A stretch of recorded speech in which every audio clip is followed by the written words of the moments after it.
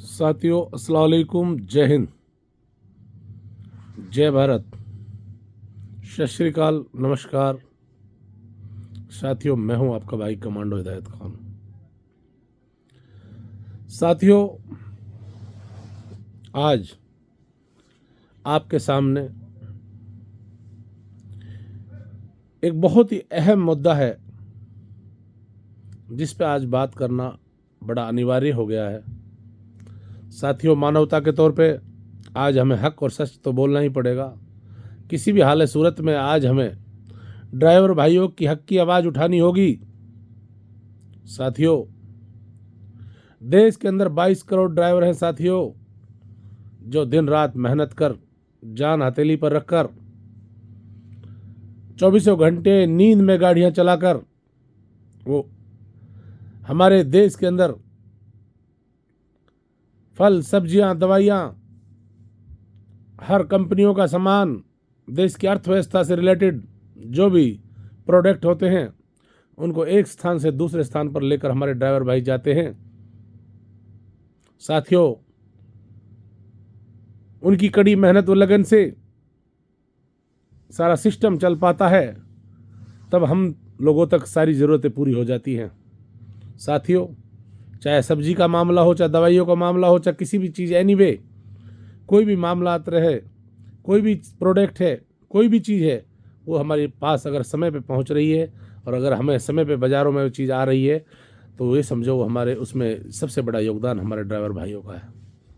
साथियों, पिछले दिनों जो कानून बनाए गए उसमें एक बड़ा तीखा कानून था जिससे हमारे ड्राइवर भाइयों में बड़ा रोष है।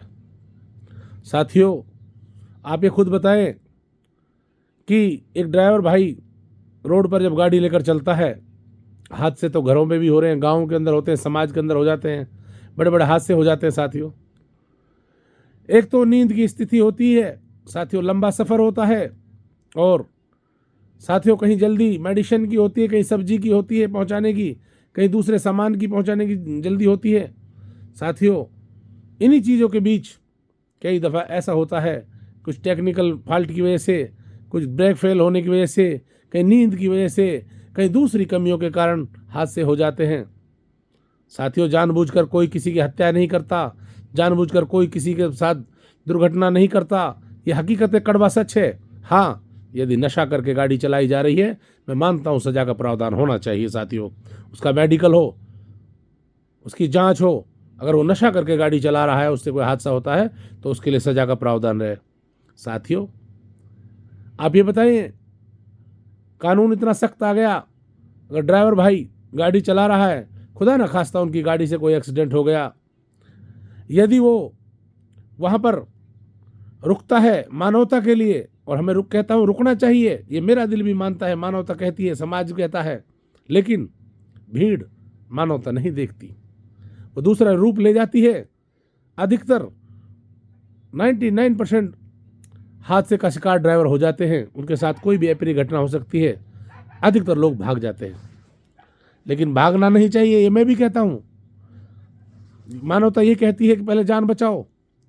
समाज के लोग बड़े दरिया दिल होते हैं, अगर आपने उसकी जान बचाई तो हो सकता है कि वो लोग आपको माफ़ कर दें, आपके ऊपर केस भी ना करें इस हमदर्दी को देखकर।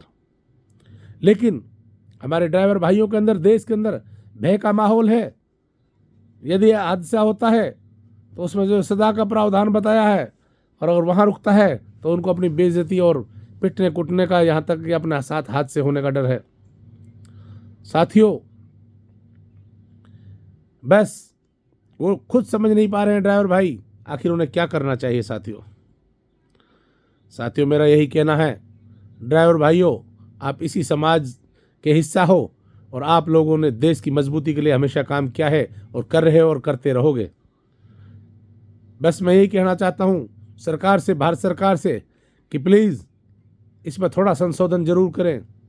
जो ड्राइवर हैं, बड़ी गाड़ियों के ड्राइवर हैं, जो बड़े लोग रूटों पर चलते हैं, उनके लिए कहीं ना कहीं इसमें कुछ रियायत दी जाए, इस कानून को वापस किया जाए, और दूसरा इनके लिए ड्राइवर आयोग बनाया जाए। साथियों, ड्राइवर भाइयों के लिए ना तो कोई फैसिलिटीज़ ऐसी एक्स्ट्रा है कि जब जब ड्राइवर भाइयों के साथ हादसे होते हैं, उनका एक्सीडेंट हो जाता है, उनके हाथ पैर कट जाते हैं, उनके बहुत बुरे हालात हो जाते हैं, यहाँ तक कि विदिन उनके साथ मौत तक हो जाती है, और उनके लिए कोई फाइनेंशियल इतने बड़े लेवल पर कोई भी ऐसी फैसिलिटीज़ नहीं है जहां वो प्राइवेट हॉस्पिटल में अच्छा ट्रीटमेंट ले सके और अपने बच्चों के भविष्य के लिए आगे की ज़िंदगी को जी सकें। या उनको फिर अगर पैर कट जाता है मान लो किसी ड्राइवर भाई का, उसके लिए कोई पेंशन की ऐसी सुविधा नहीं है जिससे वो आगे के लिए रोज़गार प्राप्त कर सके, बैठे बैठे उसको पेंशन मिल सके।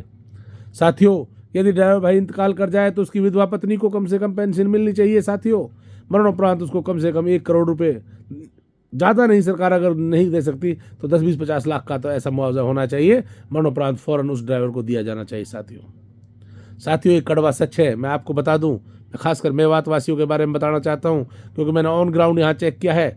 बहुत से ड्राइवरों से मैं मिला हूँ, किसी का पैर टूट गया है, किसी का पैर कट गया है, किसी के साथ दूसरी घटनाएं हुई हैं। जब उनसे बात की जाती है, जब पता चलता है कि इन्हीं ड्राइवर भाइयों के बीच से जो फोरमैन हैं वो दलाली का रूप ले चुके हैं, वही लोग अपने ड्राइवर भाइयों का शोषण करवा रहे हैं, जो सबसे बड़े जुर्म के भागीदारी हैं।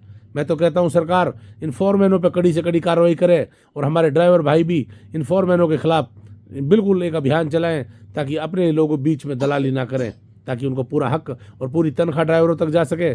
साथियों, यही लोग शोषण करवाते हैं। तो जब पता चला, हमने इसका सर्वे किया, इस चीज़ का क्लियर हुआ कि जब भी कोई ऐसे हादसे होते हैं तो मालिक सिर्फ कहता है कि आप उनसे फोरमैन से मिल लो, और फोरमैन अपने साठ गांठ कर मालिक से उनको 10, 20, 50 हज़ार की सहायता देकर फिर बाद में हाथ पैर पीछे खींच लेता है, क्योंकि ऐसा कोई कानून नहीं लाई सरकार